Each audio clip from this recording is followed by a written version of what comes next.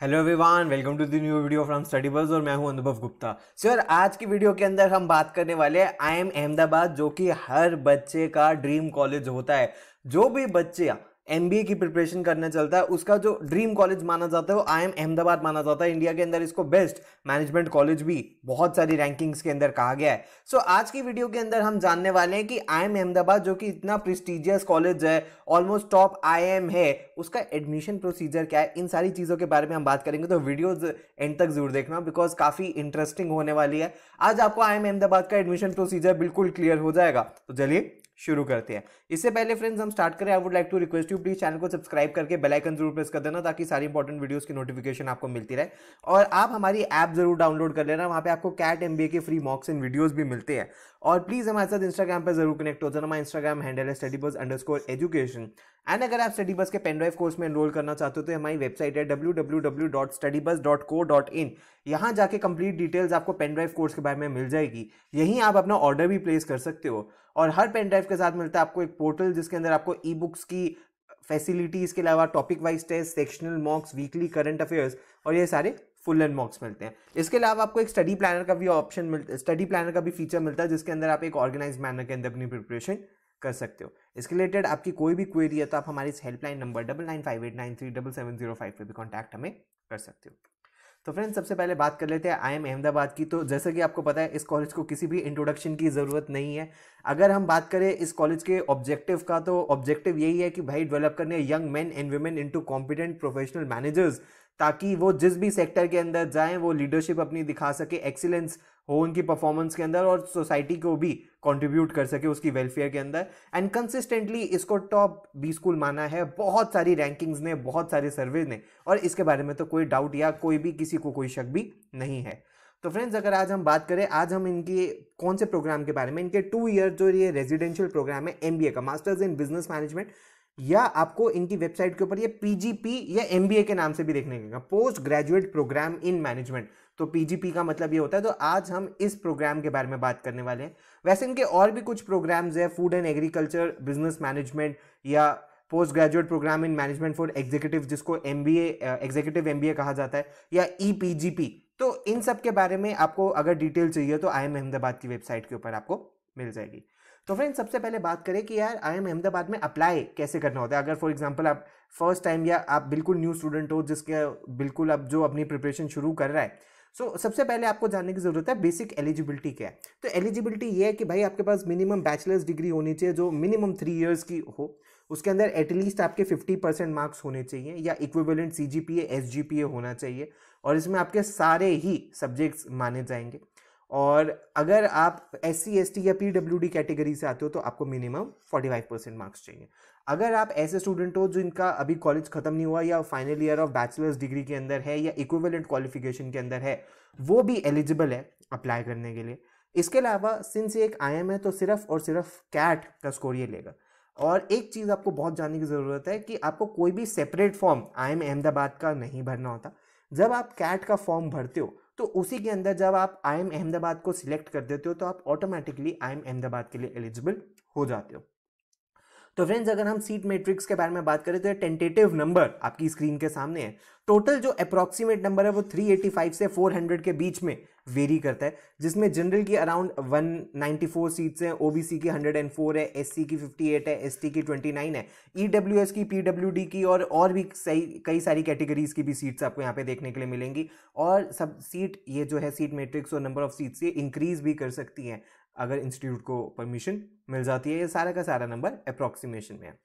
तो friends, admission procedure के बारे में बात करते हैं। सबसे पहले 3 स्टेप प्रोसीजर के अंदर अगर हम बात करें तो सबसे पहले बच्चों को सिलेक्ट किया जाता है on the basis of their CAT score. मैं आपको अभी बताऊंगा कि कैट स्कोर क्या होता है और कैट स्कोर को किस तरीके से ये कंप्यूट करते हैं, और सारी चीज़ों की एलिजिबिलिटी क्राइटेरिया भी ये चेक करते हैं।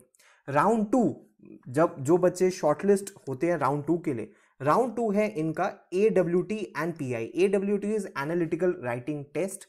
मैं आपको बताऊंगा कि एनालिटिकल राइटिंग टेस्ट और PI को किस तरीके से ये जज करेंगे, किस तरीके से वेटेज देंगे, और फिर जो फाइनल सिलेक्शन होगी वो फाइनल कॉम्पोजिट स्कोर के बेसिस पे होगी।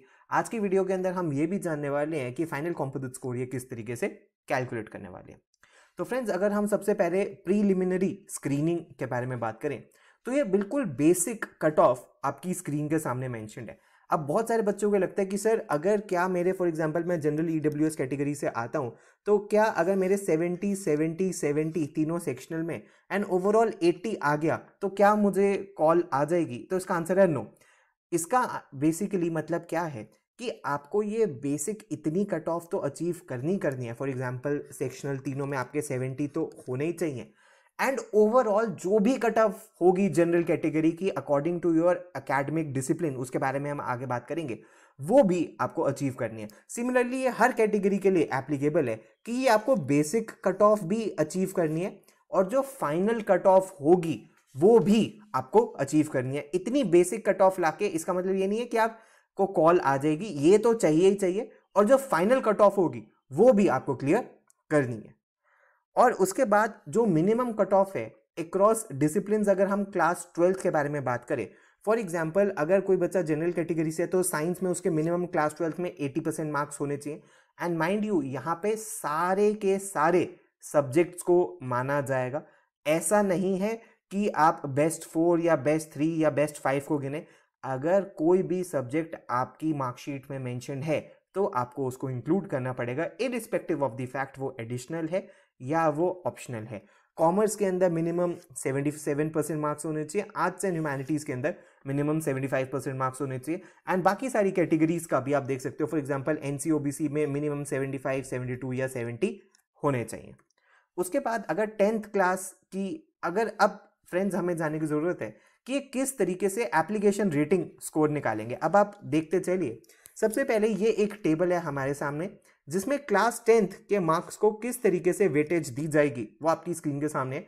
ये है टेबल ए, ठीक है। सो टेबल ए के अंदर आप देख सकते हैं क्लास 10th में अगर आपके 90 से ज्यादा है तो आपको 10 मिलेंगे, अगर आपके 80 से 90 हैं तो आपको 8 मार्क्स मिलेंगे, 70 से 80 है तो 5 मिलेंगे, एंड ओवरऑल बाकी उस तरीके से आप देख सकते हो। उसी तरीके से अब 12th के, ये टेबल ए था, ठीक है। अब इसी तरह ये टेबल हमारे पास बी है।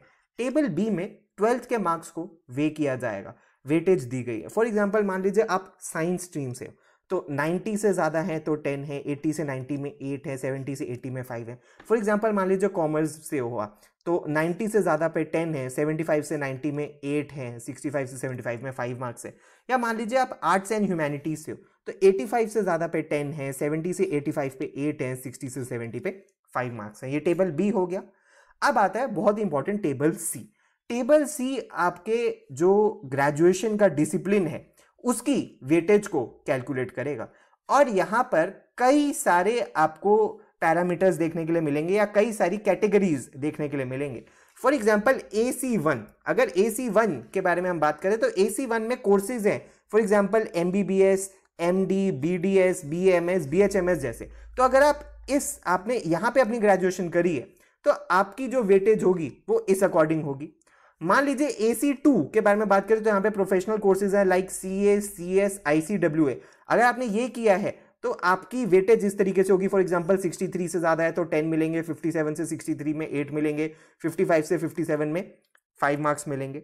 मान लीजिए आप कॉमर्स स्ट्रीम से हो जहां से आपने BBA, BBE, BBI, BBM, BBS या ऐसे BMS टाइप के कोर्सेज करे हैं तो यहां पे आपकी वेटेज इस तरीके से होगी। 80 से ज्यादा वाले को 10 मिलेंगे, 70 से 80 वाले को 8 मिलेंगे, 65 से 70 वाले को 5 मिलेंगे। या फिर अब AC4 एंड AC6 यहां पे मेजरली आपको इंजीनियर्स देखने के लिए मिलेंगे या आर्किटेक्चर वाले स्टूडेंट्स देखने के लिए मिलेंगे, BArch, बैचलर्स इन इंजीनियरिंग या BSc इंजीनियरिंग या उसके बाद BTech या इंटीग्रेटेड MTech डिग्रीज है। तो आप देख सकते हो 85 से ज्यादा वाले को 10 मार्क्स मिलेंगे, 75 से 85 वाले को 8 मिलेंगे, 70 से 75 वाले को 5 मार्क्स मिलेंगे। या फिर मान लीजिए आप कोई ह्यूमैनिटीज वाले कोर्स में हो, for example arts, humanities, technology, law, rural studies, fashion designing या रिलेटेड डिग्रीज में हो तो आपको इस तरीके से वे किया जाएगा। 75 से ज्यादा पे 10 मिलेंगे, 65 से 75 पे 8 मिलेंगे, 60 से 65 में 5 मिलेंगे। तो यानी कि जो भी आपकी एकेडमिक कैटेगरी है उसके अकॉर्डिंग आपको स्कोर यहां पे दिया जाएगा। ये हो गया टेबल सी। और अब आता है अपने पास टेबल डी। टेबल डी में वर्क एक्स है। तो वर्क एक्स अगर आपका 12 मंथ से कम है तो कोई मार्क्स नहीं मिलेंगे, 12 मंथ से ज्यादा है, 36 मंथ्स के इक्वल टू या लेस है तो आपका जितना भी वर्क एक्स है, मान लीजिए 20 मंथ्स का है, तो 20 मंथ्स में से 11 सब्ट्रैक्ट कर लिया जाएगा। अगर आपका 24 है तो उसमें से 11 सब्ट्रैक्ट कर लिया जाएगा, यानी कि जितने भी नंबर ऑफ वर्क एक्स है उसमें से 11 सब्ट्रैक्ट कर लिया जाएगा। और अगर आपका 36 मंथ से ज्यादा है तो फ्लैट 5 मार्क्स मिलेंगे। जो भी ये नंबर आएगा, फॉर एग्जांपल यहाँ पे मल्टीप्लिकेशन फैक्टर, जैसे कि हमने यहाँ पे किया था, 20 में से अगर 11 जाते हैं तो यहाँ पे 9 हो जाएगा, या 24 में से 11 जाते हैं तो यहाँ पे 13 हो जाएगा। तो इसको 0.20 से मल्टीप्लाई करा जाएगा, उस बेसिस पे आपका टेबल डी आएगा। तो आप देख सकते हो टेबल ए 10th क्लास था, टेबल बी 12th क्लास था, टेबल सी ग्रेजुएशन था and table D work ex था। इन सब को जब ऐड कर देंगे तो आपका AR आ जाएगा, एप्लीकेशन रेटिंग आ जाएगा। तो अब ये नेक्स्ट राउंड के लिए, यानी कि जो हमारा सेकंड राउंड था, AWT एनालिटिकल राइटिंग टेस्ट या एबिलिटी जहां पे चेक कर रहे थे, एंड पर्सनल इंटरव्यू, इसको किस तरीके से ये सिलेक्ट करेंगे। तो जो अभी हमने बात करी कि एप्लीकेशन रेटिंग, जो यहां पे हमने निकाला था एप्लीकेशन रेटिंग इन 4 टेबल्स को, इसको ये 35% वेटेज देंगे, यानी कि 0.35 से मल्टीप्लाई करेंगे। और कैट का जो स्कोर था, माइंड यू परसेंटाइल नहीं, स्कोर, कॉम्पोजिट स्कोर जो था, उसको 65% वेटेज दी जाएगी।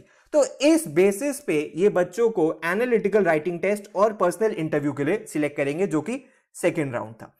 अब जब सेकेंड राउंड में बच्चों को बुला लिया जाएगा कैटेगरी वाइज, यानी कि जो भी उनकी एकेडमिक कैटेगरीज हैं, और जब उनका analytical writing test and personal interview हो जाएगा, उसके बेसिस पे अब फाइनल सिलेक्शन होगी। अब फाइनल सिलेक्शन किस तरीके से होगी आप देख सकते हैं कि फाइनल सिलेक्शन में सबसे पहले पर्सनल इंटरव्यू मल्टीप्लिकेशन फैक्टर, यानी कि पर्सनल इंटरव्यू में जितने भी मार्क्स हैं उसको 50% वेटेज दी जाएगी। आप देख सकते हो यहाँ पे 0.5 लिखा हुआ है।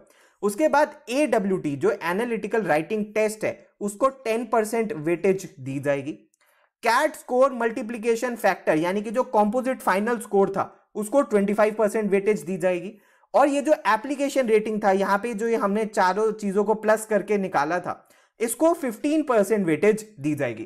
तो आप देख सकते हो फाइनल सिलेक्शन में जो सबसे ज्यादा वेटेज है वो पर्सनल इंटरव्यू की है, बिकॉज हाफ ऑफ दी जो वेटेज है वो पर्सनल इंटरव्यू को ही दी गई है। तो अगर आप यहां पे बहुत अच्छा परफॉर्म कर लेते हो पर्सनल इंटरव्यू में, और बाकी जगह आपके मार्क्स अगर थोड़े से कम भी रह गए, तो आपको एक बहुत अच्छी लीड मिल सकती है। तो फ्रेंड्स, फिर जो ये फाइनल कॉम्पोजिट स्कोर आएगा, उसके बेसिस पे फाइनल सिलेक्शन इस कॉलेज में होगा। तो फ्रेंड्स, अगर हम fees structure and cut off के बारे में बात करें, तो ये जो इनका MBA या PGP का प्रोग्राम है, इसकी अप्रोक्सीमेटली 2 इयर्स की जो फीस है वो 25 लाख रुपीज है, जिसमें 18 lakh rupees tuition fees included है। बहुत अच्छी बात यह है कि इस कॉलेज के अंदर बहुत सारी स्कॉलरशिप्स भी हैं और आपको किसी भी तरीके से कोई प्रॉब्लम नहीं होगी एजुकेशन लोन लेने की।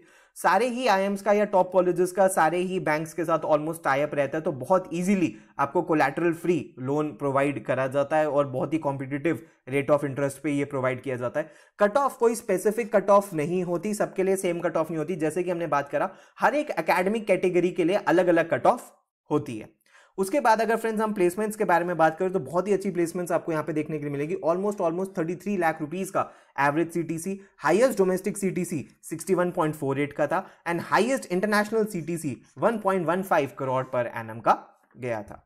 तो फ्रेंड्स, ये सब कुछ था IIM अहमदाबाद के सिलेक्शन प्रोसीजर के बारे में। अब आई होप आपको ये बात बिल्कुल क्लियर हो गई होगी कि किस तरीके से ये किस किस चीज़ को कितना वेटेज देते हैं और किस तरीके से यहाँ पे सिलेक्शन होती है। वीडियो पसंद आए तो लाइक जरूर करना, प्लीज़ हमारे साथ इंस्टाग्राम पे जरूर कनेक्ट हो जाना। अगर आपको पेन ड्राइव कोर्स या किसी लाइव बैच में एनरोल करना है तो हमारी वेबसाइट है www.studybuzz.co.in, यहाँ पे जाके कंप्लीट डिटेल्स आपको मिल जाएंगी। और अगर आपकी कोई भी क्वेरी है तो आप हमें व्हाट्सएप या ईमेल भी कर सकते हो। So thanks a lot friends, all the best, God bless you.